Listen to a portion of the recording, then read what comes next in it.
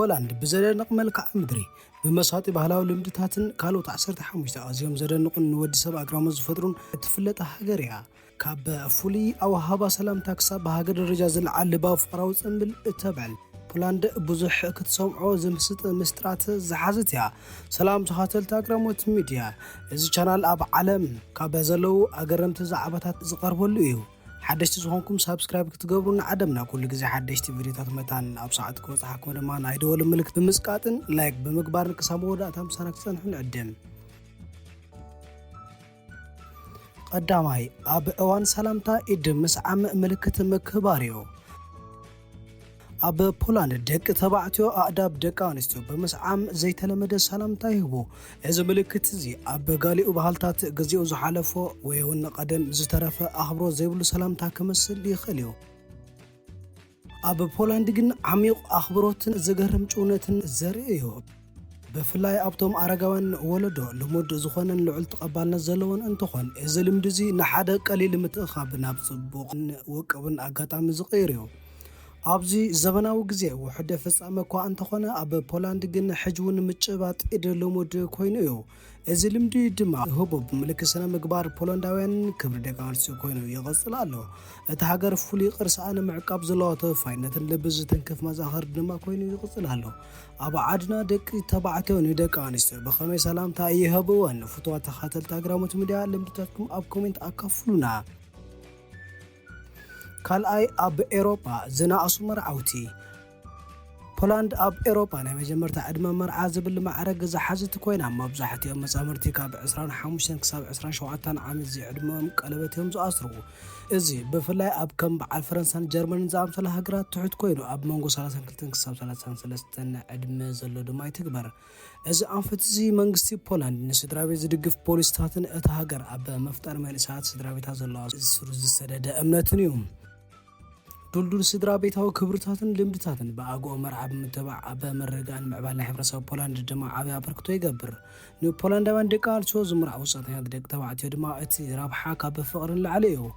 ኣብ ህያው ባህሊ ተቐባልነት ንኽረኽቡ ድማ ይሕግዞም።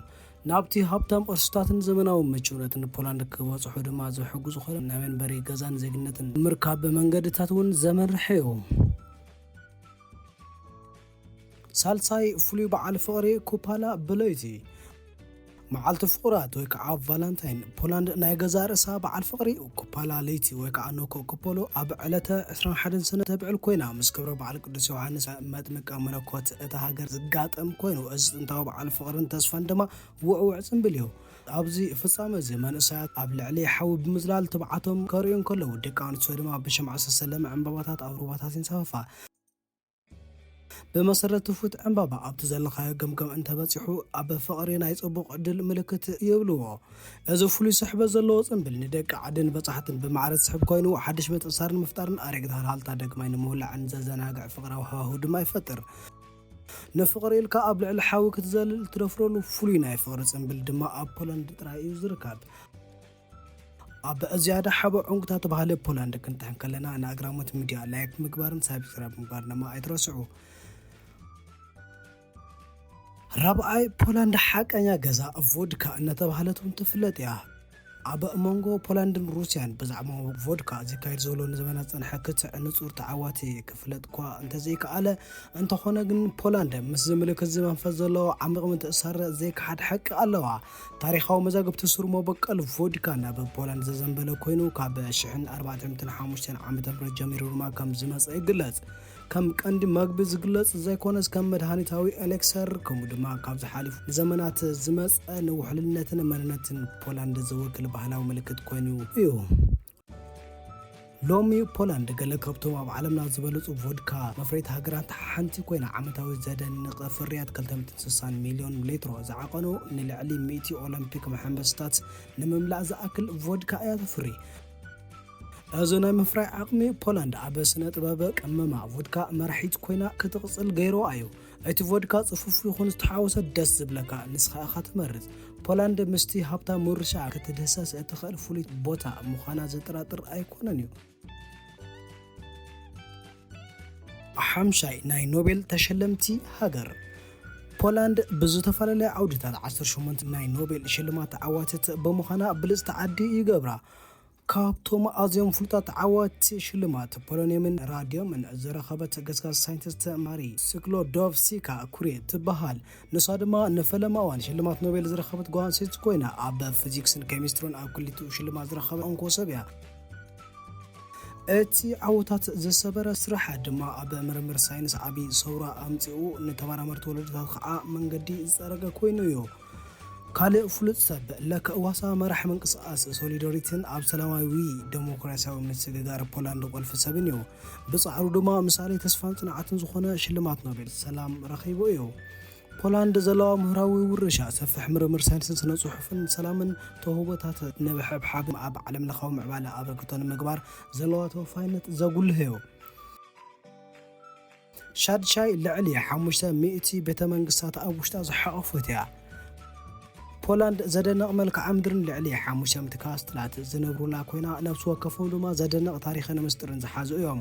ካብዚኦም ማልቦርክ ካስትል ከም ዕንቁ ዘውዲ ኮይኑ ደው ኢሉ ይርከብ። ብ1406 ኣብ ከባቢ ግዳንሲክ ዝተሃንጸ ኮይኑ ኣብ ኤውሮጳ እቲ ዝዓበየ ብሕጡብ ዝተሰርሐ ዕርዲ እዩ። ኣብ ዩኔስኮ ዝተመዝገበ ቅርሲ ዓለም ኮይኑ ኣብ ዓመት ብሚልዮናት ዝቑጸር በጻሕቲ ድማ የተኣናግድ። ካልኦት ፍሉጣት ቤተ መንግስታት ፖላንድ ድማ ካስቲል ዋዌል ኣብ ክራኮቭ ብሉጽ ስራሕ ስነ ህንጻ ህዳሴ ፖላንድ ዝገልጽ እዩ። ክስያዝ ካስቲል ድማ ብፍቕራዊ ጽባቐን ሕቡዕ ባእትታትን ዝፍለጥ እዩ። ባራኖው ሳንዶ ማርሲኪ ካስቲል ድማ መብዛሕትኡ ግዜ ንእሽቶ ዋዌል ተባሂሉ ዝጽዋዕ ኮይኑ ጽቡቕን ውቁብ ዲዛይንን ዘርኢ እዩ። ነፍሲ ወከፍ ካስቲል ድማ ንፖላንድ ንኣፍቀርቲ ታሪኽን ባህላዊ ዳሰስትን መዕቆቢት ይገብራ። ሻውዓይ ኣምበር ወርቃዊ ሃብቲ ፖላንድ ኣብ ዓለም ዝዓበየ ስዳዲት ኣምበር ዝብል ማዕረግ ሒዛ ኣላ። እዚ ድማ መብዛሕትኡ ግዜ ወርቂ ባልቲክ ተባሂሉ ዝጽዋዕ ኮይኑ እዚ ጥንታዊ ዕንቁ ንቁጠባ ፖላንድ ቁልፊ መንቀሳቐሲ ጥራይ ዘይኮነስ ባህላዊ ምልክት እውን እዩ። ኣምበር ንዘመናት ብጽባቐኡ ፈውሲ ባህርያቱን ክቡር ኮይኑ ስነ ጥበባውያን ካብዚ ወርቃዊ ቅሪተ ኣካላት ዘለዎ ሬዝን ዘደንቕ ስልማትን ቅርጻትን እናፈጠሩ መጺኦም እዮም። ኢንዱስትሪ ኣምበር ፖላንድ ኣብ ዓመት ሚልዮናት ዶላር ብምእካብ ስራሕ ዝፈጥርን ቱሪዝም ፖላንድ ዘደንፍዕን ኮይኑ እዩ። በጻሕቲ ነዚ ድሙቕ ዕንቁ ዝተወፈየ ዕደጋታት ኣምበር ወርክሾፓትን ቤተ መዘክርን ክድስሱ ብበዝሒ ይውሕዙ ኣለዉ። እዚ ድማ ንሃብታም ቅርሲ ፖላንድ ተመክሮ ዘለዎ ምልክት ይገብሮ። ሻምናይ ኣብ ኤውሮጳ ዝዓበየ ቀዳማይ ጫካ ኣብ ደቡብ ፖላንድን ቤላሩስን ኣንሳፍሑ ዝርከብ ሃገራዊ ፓርክ ቢያሎዊዛ ኣብ ኤውሮጳ እቲ ዝዓበየን ጽሩይን ቀዳማይ ጫካ ኮይኑ እዚ ውርሻ ዓለም ዩኔስኮ ንዘመናት ስቕኢሎም መሰኻኸሪ ታሪኽ ኮይኖም ደው ዝበሉ ጥንታውያን ኣግራብ ዘለዎ ሃብታም ስነ ህይወት ኣብ ውሽጡ ዝሓቖፈ እዩ። እቲ ጫካ ኣብ ዓለም ዝዓበየ ኤውሮጳዊ ቢሶን ዝበሃል ኣብ ሓደ እዋን ዳርጋ ዝጠፍአ ግርማ ዘለዎ እንስሳ ብብሕታውነት ዝወነነ እዩ። በጻሕቲ ኣብ መርበብ እቲ መንገድታት ክዕንድሩ ዝኽእሉ ዕድል ዘለዎ ኮይኑ ኣብቲ ተፈጥሮኣዊ መናብሮ ዝተፈላለዩ ኣትክልትን እንስሳታት ክረኽበሉ ዝኽእሉ ድማ እዩ።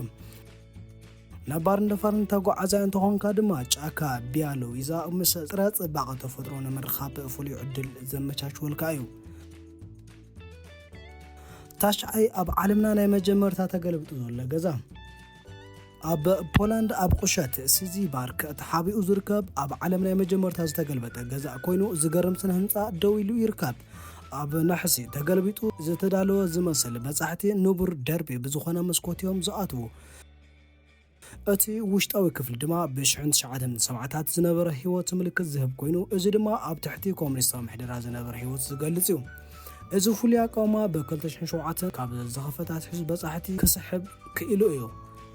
ኣብ ታሪኽ ፖላንድ ዝነበረ ጸወታ ልቢ ብዝትንክፍ ሓተታ ድማ ይህበካ። ንኣፍቀርቲ ስነ ህንጻን ንኸፈልጥዎ ዝደልዩ ተጓዓትን ድማ ግድን ክርእይዎ ዘለዎ ፍሉይ ቦታ ሓደ ነዚ እዩ። 10 ዕደናጮ ውሊዝካ ኣብ ትሕቲ መሬት ዝርከብ መስተንክር ኣብቲ ልዕሊ 800 ዓመታት ዝጸንሐ ውርሻ ዘለዎ ዕደናጮ ውሊዝካ ኣብ ታሪኽ ፖላንድ እቲ ዝዓበየ ዛንታ ኮይኑ እዚ ኣብ ትሕቲ መሬት 135 ሜትሮ ዕምቆት ዝርከብ ኣብ ናይ መዝገብ ዓለም ዩኔስኮ ብዘደንቕ ቅርጽታት ጨው ዝፍለጥ እዩ። ፍሉይ ዝገብሮ ድማ ጸሎት ጨው ዝተሓላለኹ ቅርጽታት ሓወልትታትን ዕድታትን ኩሎም ካብ ጨው ዝተሰርሑ ኣብዚ ምርካቦም እዩ። ካልእ ኣብ ትሕቲ መሬት ዝርከቡ ኣዳራሻት ምርኢት ስነ ጥበብን ታሪኽን ዕደናጨው ዘርኢ እዩ።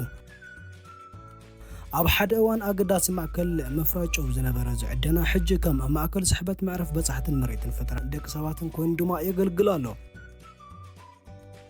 11 ኣብ ኤውሮጳ ዝዓበየ ናይ መሬት እንስሳ ኤውሮጳዊ ባይሶን ፖላንድ በማእከላይ ገምጋም ልዕሊ 600 ኪሎግራም ዝምዘን ዝዓበየ መጥባዊ ዝነብረላ ሃገር ኮይና ኣብታ ኣህጉር ኤውሮጳ ቢሶን ብምባል ድማ ተፍለጥ። እዞም ግርማዊ ፍጥረታት ኣብቲ ዝተሓለወ ጫካ ቢያለዊዋ ብናጽነት ይዛወሩ። ኣብ መጀመርታ መበል 20 ክፍለ ዘመን ዳርጋ ድሕሪ ምጥፍኦም ህዝቢ ፖላንድ ብዓወት ዳግማ ትንጽዎም እዩ። እቲ ጫካ ነዞም ምልክታት እንስሳታት ምቹእ መናብሮ ዝህብ ኮይኑ ምልክት ሓይሊ ጽንዓትን ተወፋይነትን ፖላንድ ንዕቃበ እንስሳ ዘገዳም ዘርኢ እዩ። ናብዚ ጥንታዊ መሬት ጫካ መብጻሕ ድማ ነዞም ለውሃት ግዙፋትን ኣብ ተፈጥሮኣዊ ከባቢ ንምርኣይ መዳርግ ዘይብሉ ዕድል ድማ ይህበካ። 12 ናይ ፖላንድ ናይ ገዛ ርእሳ ምድረ በዳ ሰሃራ ምድረ በዳ ቦደው ኣብ መንጎ ከተማታት ኩራኮቭን ካቶቪስን ዝርከብ በረኻ ብላዶው ኣብ ማእከላይ ኤውሮጳ ዝዓበየ ሕጻዊ በረኻን ሓደ ካብቶም ኣብ ፖላንድ ኣዝዮም ዕሽሽ ዝበሃሉ ተፈጥሮኣዊ ተኣምራትን እዩ። እዚ ሰፊሕ ሕጻ እዚ ቅድሚ ኣሽሓት ዓመታት ኣብ ዘመነ በረድዩ ተፈጢሩ። መቕላጥ ሩባታት በረድ ንጣብ ኣኻውሕን ሕጻን ስለ ዘቐመጠ ድማ እዩ ተፈጢሩ። እቲ ዝገርም ኣብዚ እዋን እዚ ደረቕ ኩነታት በረኻ ተፈጥሮኣዊ ጥራይ ከይኮነስ ከም ዕደናን ምብራስ ኣግራብን ዝኣምሰሉ ንጥፈታት ደቂ ሰባት ምዕቃብ ማይ ኣጋዲዱ እቲ ከባቢ ናብቲ ሎሚ ዝረአ ዘሎ ሕጻዊ መልክዓ ምድሪ ቀይርዎ እዩ። ብሎዶው ዝብል ስም በቋንቋ ፖላንድ ጌጋ ማለት ኮይኑ ነቲ ዘይተሓሰበ ሳዕብያን ምትእታው ደቂ ሰባት ድማ ዝምልከት መዘኻኸሪ ኮይኑ እዩ። ኣብቲ ፍሉይ መልክዓ ምድሪ ክትዘቕር ከለኻ ኣብዚ ጽንኩር ሃዋህው ንኽነብሩ ዝተማጠኑ ብርቂ ዓይነታት ተኽሊ ድማ ትረክብ። በረኻ ብሎዶው ንጽባቐ ተፈጥሮ ምስ ትምህርቲ ሓለዋ ከባቢ ብምውሃድ ሓቀኛ ተመክሮ ዘቕርብ ኮይኑ ንበጻሕቲ ድማ ፖላንድ ግድን ክርእዋ ዘለዎ መዕረፊ ተባሂሉ ድማ ይዝረበሉ። 13 ስብሕቲ ሐሙስ ፖላንዳዊ ምቁር በዓል ሓደ ካብቲ ኣዝዩ ፍቱው ልምድታት ፖላንድ ዝኾነ ስቡሕ ሐሙስ ትለሲ ክዘዋርተክ ዝያዳ ተፈታዊ እዩ። ድሕሪ ረቡዕ ኣብ ሐሙስ ዝኽበር እዚ በዓል ካብ ጉድኣት ነፃ ዝኾነ ምቁር መግቢ ብፍላይ ድማ ፓክዚኪ ብጃም ካስታርድ ወይ ቾኮሌት ዝተመልአ ክቡብን ልስሉስን ዶናት ዝመልአ ዝብልዐሉ እዩ። ዓመት መጽአ ፖላንዳውያን 11 ሚልዮን ዶናት ኣብዛ መዓልቲ ጥራይ ዝበልዑ ኮይኖም እዚ ድማ ነታ ሃገር ናብ ዓብዪ ጽምብል በዓል ዶናት ቀይርዋ እዩ። እቲ ትውፊት ቅድሚ ዓብዪ ጾም ሰባት ንወቕቲ ጾም ንምድላው ሃብታምን ስቡሕን ዘለዎ ምግቢ ዝበልዑሉ ኮይኑ በዚ እዋን ድማ እዩ ተጀሚሩ። ኣብ ፖላንድ ዝርከባ እንዳ ዳቦ ስድራ ቤታት ዓርኹን መሳርሕትን ተኣኪቦም ፍሩይን ጥዑምን ፓክዚኪ ከስተማቐርቡ እንከለዉ ነዊሕ ርጋ ድማ ይፈጥራ። ስቡሕ ሐሙስ ካብ ኣሰራርሓ ምግብን ላዕሊ ኮይኑ ጽምብል ንምዝንጋዕ ባህልን ማሕበረሰብን ፖላንዳውያን ድማ የዘኻኽር። እዚ ህዝባዊ ባህሊ ኣብ ፖላንድ ጥራይ ዝተሓፀረ ከይኮነስ ኣብ መላእ ዓለም ዝርከቡ ማሕበረሰባት ፖላንድ ድማ ስቡሕቲ ሐሙስ ምጽምባሎም ይቕጽሉ ኣለዉ። ኣብ ዘለውዎ ኮይኖም ድማ ጣዕሚ ናይ ዓዶም ከስተማቐሩ ክኢሎም እዮም። ብዛዕባ እዚ ጥዑም በዓል ኣብቲ ናይ ዶናት ፓርቲ ተትጽምበሩ ነይርኩም ክቡራት ተኸታተልትና እንታይ ምበልኩም ሓሳብኩም ኣብ ኮሜንት ኣካፍሉና ኢኹም። 14 ፖላንዳዊ መሃንዲስ ዘመናዊ ናይ መብራህቲ ነዳዲ ምሂዙ እዩ። ብ1883 ዓመተ ምህረት ናይ ቴክኖሎጂ መብራህቲ ብኢግናሲ ሉክስዊዝ ዝተባሃለ ንፉዕ ፖላንዳዊ መሃንዲስ መሃዝን ተማሂዙ እዩ። ናይ መጀመርታ ዘመናዊ ናይ ነዳዲ ላምባ ድማ ኣታትዩ እዩ። ኣብ ከተማታት ናይ መብራህቲ ሰውራ ኣምፂኡ እዚ ምህዞ ድማ መጀመርታ ንሃዋህው ለይቲ እታ ከተማ ዝቐየረ ውዑይን ሰሓብን ብርሃን ብምፍናው ጎደናታት ለቪቭ ኣብ ዩክሬን ንምብራህ ክኢሉ ነይሩ እዩ። እዚ ዝገርም ሓደ ጎደና ዋርሶ ክሳብ ሕጂ ናይ ሉካስቪች ነዳዲ ላምባታት ጎደናታት ይጥቀም። እዚ ከዓ ነዚ ታሪኻዊ ምህዞ እዚ ከም ህያው ኣካል ባህላዊ ርሻታት ፖላንድ ይዕቅቦ።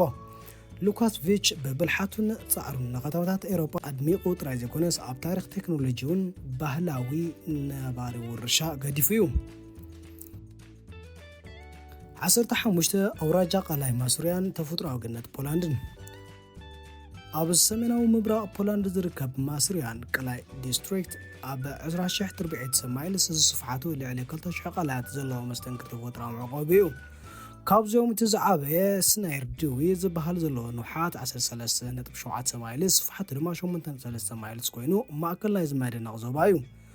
ኣብ እዋን ሓጋይ ዲስትሪክት ቀላይ ማስርያን ኣፍቀርቲ ደገ ዝውዕሉ ቦታ ክኸውን ከሎ ኣብ ምጉዓዝ እግሪ ምዝዋር ጃልባ ምግፋፍ ዓሳን ምዝዋር መርከብ ዝኣመሰሉ ንጥፈታት ኣብ ማእከል ተፈጥሮኣዊ ጽባቐ ድባብ ወይ ርግኣት ንዝደሉ በጻሕቲ ድማ ይስሕብ። ሙቁራት ከተማታትን ዓድታትን መለለይ ናይቲ ዞባ ኮይኖም ምትሕውዋስ ጥንታዊ ስነ ህንጻን ሃብታም ናይቲ ከባቢ መግብን ብምቕራብ ንባህላዊ ዳህሳስ ማዕረ ማዕሪግ ድማ መሳጢ መዕረፊ ይገብሮ።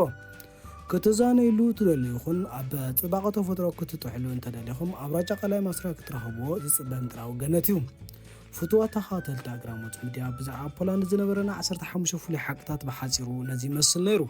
ካብ ጥንታውያን ኣግራብን ስነ ህንጻዊ ተኣምራትን ክሳብ ባህላዊ ልምድታትን ምህዞታትን ፖላንድ ነፍሲ ወከፍ ተጓዓዛይ ዘደንቕ ተዕዘብትን ተሞክሮታትን ከም ዝሃበ ተስፋ ንገብር። ኣብ ዝቐጽል ብኻልእ ጉዕዞ ክሳብ ንራኸብ ንሚድያና ሳብስክራይብ ምግባርን ላይክ ምሃብን ከይትርስዑ። ክሳብ ሽዑ ድማ ኣብ ዘለኹም መሰሰናይ ንዓኹም ሰላም።